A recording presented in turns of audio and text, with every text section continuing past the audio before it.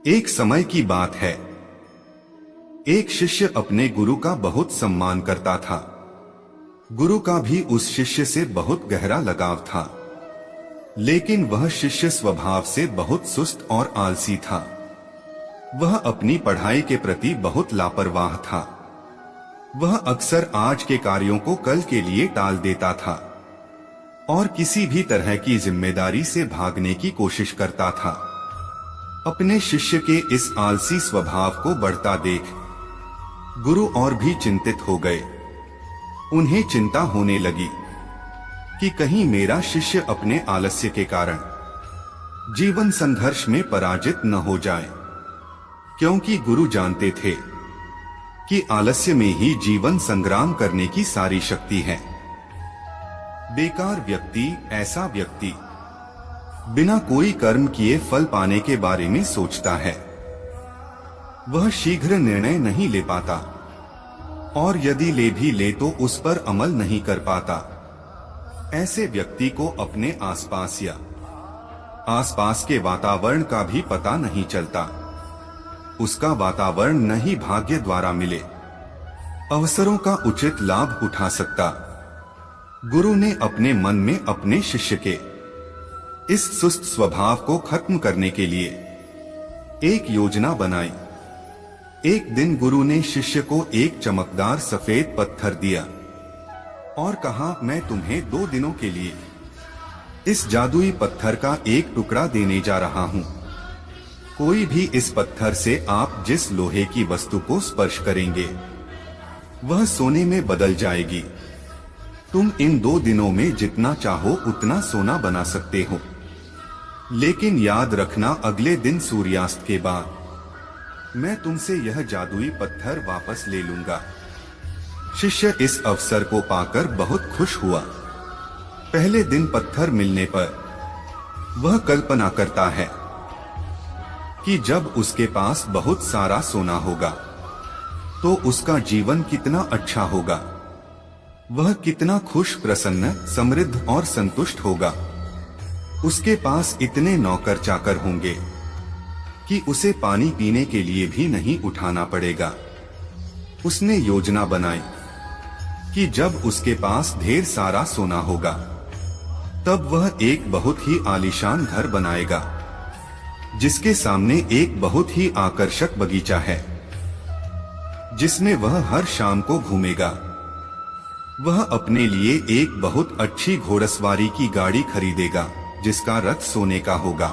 उसके कई अंगरक्षक और नौकर होंगे और उन सभी को आदेश देगा।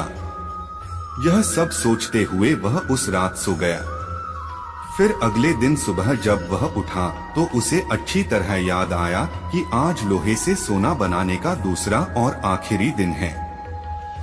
उसने अपने मन में पूरे निश्चय के साथ संकल्प लिया कि आज वह गुरुजी द्वारा दिए गए जादुई पत्थर का लाभ अवश्य उठाएगा। उसने निश्चय किया कि वह बाजार जाएगा और वहां से लोहे की बड़ी बड़ी वस्तुएं खरीदेगा और उन्हें सोने में बदल देगा। दिन बीत गया पर वह सोचता रहा कि अभी तो बहुत समय है, कभी भी बाजार जाकर सामान ले आऊंगा। यह सोचकर दोपहर हो गई, इसलिए उसने निश्चय किया कि दोपहर का भोजन करने के बाद वह सामान लेने निकलेगा। लेकिन खाने के बाद उसे आराम करने की आदत थी और उठकर मेहनत करने के बजाय उसने आराम करना उचित समझा।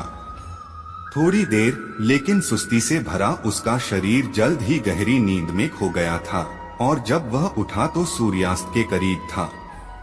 अब वह तेजी से बाजार की ओर भागा, लेकिन रास्ते में उसे गुरुजी मिले। गुरुजी को आते देख वह सहम गया।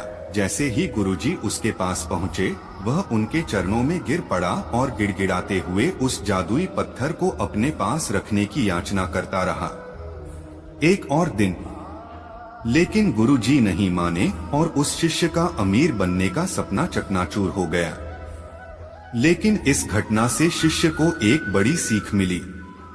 उन्हें अपने आलस्य पर पछतावा होने लगा। उन्होंने समझा कि आलस्य उनके जीवन के लिए एक अभिशाप है और उन्होंने प्रण किया कि अब वे अपने काम से कभी हार नहीं मानेंगे और अपने आप को एक मेहनती, सतर्क और सक्रिय व्यक्ति दिखाएंगे। दोस्तों, काम को टालना एक आदत है और ये आदत हम खुद बनाते हैं। आदत एक धागे की तरह होती है जिसका एक आवरण आसानी से टूट जाता है, लेकिन अगर एक ही धागे को कई बार लपेटा जाए तो उसे तोड़ना मुश्किल हो जाता है। हाँ, इसी तरह किसी बुरी आदत को शुरुआत में बदलना आसान होता है, लेकिन महीनों या सालों बाद उसे बदलना बहुत मुश्किल हो जाता है। फिर अगर आप अपनी आदतों को बदलना चाहते हैं तो आपको लंबे समय तक प्रयास करना होगा। समय पूरे धैर्य के साथ मनुष्य अपनी आदतों का गुलाम है। हमारी आदतें हमें बनाती और बिगाड़ती हैं। हमारी आदतें कितनी शक्तिशाली हैं और वे हमें कैसे नियंत्रित करते हैं? दोस्तों, अगर हम अपने आसपास देखें तो लगभग हर व्यक्ति को अपने जीवन में कई बड़े मौके मिलते हैं, लेकिन उनमें से ज्यादातर लोग अपने आलस्य और मेहनत न करने की आदत के कारण उस मौके को गवा देते हैं और फिर जिंदगी भर पछताते रहते हैं। लेकिन इनमें से ज्यादातर लोग अपनी असफलता के लिए अपने आलस्य और कामचोरी को जिम्मेदार न मानकर अपने माता पिता, स्थिति, आर्थिक स्थिति, भाग्य आदि को दोष देकर अपनी आलस्य को छिपाने का प्रयास करते हैं और फिर ऐसे लोग अपने भाग्य और परिस्थितियों को कोसते हुए बिना किसी सफलता और आध्यात्मिक सुख के इस दुनिया को अलविदा कह देते हैं। आइए थोड़ा और गहराई से समझने की कोशिश करते हैं कि हम अपने काम को क्यों टालते हैं। क्या हम कभी YouTube पर कोई कॉमेडी वीडियो देखने के लिए आलस करते हैं या अपना पसंदीदा खाना खाते समय? नहीं, आप आलस्य तभी करते हैं जब आप पढ़ाई कर रहे होते हैं या ऑफिस के किसी प्रोजेक्ट पर काम कर रहे होते हैं या घर का कुछ काम करना होता है। मूल रूप से हम गंभीर चीजों के बारे में आलसी होते हैं, जिसे करने के लिए हमें शारीरिक या मानसिक रूप से कड़ी मेहनत करनी पड़ती है। अब अगर आप काम को टालने से बचना चाहते हैं तो इससे आपको बहुत मदद मिलती है। काम की समय सीमा, काम पूरा करने का एक निश्चित समय या एक निश्चित तारीख। मान लीजिए कि आप एक कार्यालय में कर्मचारी हैं और आपके बॉस ने आपको एक कार्य दिया है जिसे आपको कल तक पूरा करना है, तो आप पूरा दिन आलस्य में यह सोचकर व्यतीत कर सकते हैं कि अभी भी एक पूरा दिन शेष है, लेकिन तब आप रात भर जागकर उसे पूरा कर लेंगे। प्रोजेक्ट, क्योंकि कल आपको वह प्रोजेक्ट देना है, क्योंकि कल के बाद आपके प्रोजेक्ट का कोई महत्व नहीं रह जाएगा। तो यहाँ उस काम को टालते हुए भी समय पर पूरा किया, क्योंकि यहाँ आपके सामने डेडलाइन थी, फिक्स टाइम था और काम पूरा हो गया। काम करने का यह तरीका आप अपने दैनिक जीवन में भी अपना सकते हैं कि अगले 1 घंटे या 1 दिन में मुझे इस काम को पूरा करना है। काम को टालने से बचने का यह बहुत अच्छा तरीका है। मैं खुद भी इस तरीके का इस्तेमाल अपने रोजाना के काम को करने के लिए करता हूँ। समय पर कार्य। दोस्तों, हम क्या करना चाहते हैं और अभी क्या कर रहे हैं, अगर इन दोनों में बहुत ज्यादा फर्क है तो हमारे अंदर एक लड़ाई शुरू हो जाती है। तो यह हमारे अंदर तनाव और अशांति पैदा कर देती है। आलस्य एक ऐसी चीज है जो इंसान करता तो है लेकिन करने से कभी खुश नहीं होता। मान लीजिए आज आपको कोई काम करना था, लेकिन आपके दोस्त आए और बोले, भाई चलो घूमने चलते हैं, मौज करते हैं, और तुम निकल जाते हो उनके साथ घूमने के लिए। आप दिन भर घूमते हैं, लेकिन आपके दिमाग में हर वक्त यही चलता रहेगा कि मुझे आज वो काम करना था, वो काम छूट गया। और इसी सोच की वजह से आप उस पूरे दिन को ठीक से एंजॉय नहीं कर पाएंगे और शाम को जब आप घर वापस आएंगे तो उस काम को करने को लेकर आपको पहले से ज्यादा स्ट्रेस होगा। तो इस तरह से आपका काम भी नहीं हो पाएगा, न मौज-मस्ती कर पाए और पूरा दिन भी बीत गया। यही अच्छा होता, आलस न करते तो पहले अपना काम करते और फिर बाद में घूमने चले जाते, तो जरूर तुम अधिक आनंद ले सकते हैं और तनाव मुक्त रह सकते हैं। एक बात और गौर करने वाली है कि काम को टालने से हमें ग्लानि होती है। जब काम टालने से हमें खुशी नहीं मिलती तो काम क्यों टालते हैं? इसके पीछे 5 बड़े कारण हैं। पहले तो आपको जो काम करना है और उस काम का जो फल आपको मिलेगा, अगर उस काम का फल मिलने की संभावना बहुत कम है तो आप उस काम को टालने की कोशिश करेंगे, क्योंकि आप में उस काम को करने की प्रेरणा कम हो जाती है। दूसरा, कोई ऐसा काम जो आपकी आवश्यकताओं के अनुरूप न हो या आपको वह काम करना अच्छा न लगे तो आप उस काम को टालते चले जाएंगे। तीसरा कारण, यदि यह आपके लिए आवश्यक नहीं है या करने का कोई बड़ा कारण नहीं है तो आप उस कार्य को टालते रहेंगे। चौथा, यदि हमें किसी काम को तुरंत करने का लाभ मिल जाए तो हम उस काम को करने से ज्यादा उस काम को करने के लिए उत्साहित होंगे, जिसका हमें काफी समय बाद लाभ मिले, और फिर हम ऐसी चीजों से बचने की कोशिश करते हैं। पांचवा, असफलता का डर। अगर किसी काम में हमारे असफल होने की संभावना अधिक है तब भी हम उस काम को टालने की कोशिश करते हैं। अब सवाल उठता है कि काम टालने की इस आदत से कैसे बचा जाए।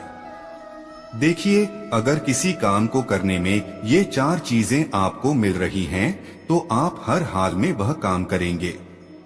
पहला, मनचाहा परिणाम। दूसरा, आपके पास उस काम में सफल होने के पूरे चांस हैं। तीसरा, जो अभी लाभ मिल रहा है, काम करने के बाद आपको अधिक लाभ मिलना शुरू हो जाएगा। और चौथा, जब काम का फल तुरंत मिल जाए या काम खत्म होते ही आपको फायदा हो जाए।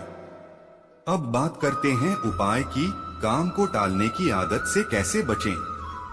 तो इसके लिए आप पहले एक पेन और पेपर लें और खुद से पूछें और लिखें कि मैं काम क्यों टाल रहा हूँ। ऐसा करने से आपको काम टालने का कारण पता चल जाएगा और कारण पता चलते ही आपकी आधी समस्या यहीं खत्म हो जाएगी। उदाहरण के लिए, यदि आप एक कार्यालय में कर्मचारी हैं और आप काम को टाल रहे हैं क्योंकि आपके पास अपने काम के लिए प्रेरणा नहीं है, तो आपको यह पसंद नहीं है, या आप सोचते हैं कि मैं इतना बड़ा काम क्यों कर रहा हूँ, मेरे बिना काम के भी कंपनी का काम चल रहा है, तो कागज पर लिखो कि नौकरी से निकाल दिया तो।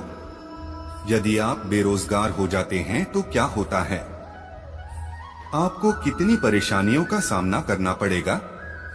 यदि आप एक छात्र हैं और सिर्फ इसलिए पढ़ाई टालते रहते हैं क्योंकि आप जानते हैं कि आप पहली रैंक प्राप्त नहीं कर सकते, तो आप पढ़ाई में बहुत अच्छा नहीं कर सकते। फिर कुछ काम करो जिसमें तुम हो, आपको विश्वास है कि आप बहुत अच्छा कर सकते हैं, उसमें अपना नाम बना सकते हैं। अगर आप किसी बड़ी परीक्षा की तैयारी कर रहे हैं और आपका इनाम 1-2 साल बाद आने वाला है, तो अपने काम को छोटे छोटे चरणों में बांट लें और हर कदम को पूरा करने के बाद खुद को इनाम दें। इससे आप अपने काम के प्रति लगातार प्रेरित हो पाएंगे। अगर आप किसी काम को सिर्फ इसलिए टाल रहे हैं या आप कोई बड़ा फैसला सिर्फ इसलिए नहीं ले पा रहे हैं क्योंकि आप उस काम में सफल नहीं हो रहे हैं, तो एक बात हमेशा याद रखें कि असफल होने से बड़ा पाप कोशिश नहीं करना है, क्योंकि अगर आप कोशिश नहीं करते हैं आप जीवन भर पछताते रह जाओगे कि काश एक बार कोशिश की होती। और फेल होने का डर असल में हमारे अंदर का अहंकार है जो हमें डराता रहता है कि अगर हम फेल हो गए तो लोग क्या कहेंगे, लोग मुझ पर हंसेंगे, मेरा मजाक उड़ाया जाएगा। यकीन मानिए दोस्तों, हमारा घमंड, हमारा अहंकार दुनिया की सबसे बेकार चीज है। कोशिश करने के बाद असफल होने पर आपको अल्पावधि में पछतावा हो सकता है, लेकिन असफल होने के डर से प्रयास न करना आपको लंबे समय में बहुत पश्चाताप और आत्मघृणा से भर देगा। इसलिए असफल होने से डरो मत, कोशिश करो। प्यारे दोस्तों, आपको ये वीडियो कैसी लगी कमेंट करके जरूर बताएं और वीडियो को लाइक करके अपने परिवार के सभी लोगों को शेयर जरूर करें। और चैनल को अभी तक अपने सब्सक्राइब नहीं किया तो सब्सक्राइब ले। धन्यवाद।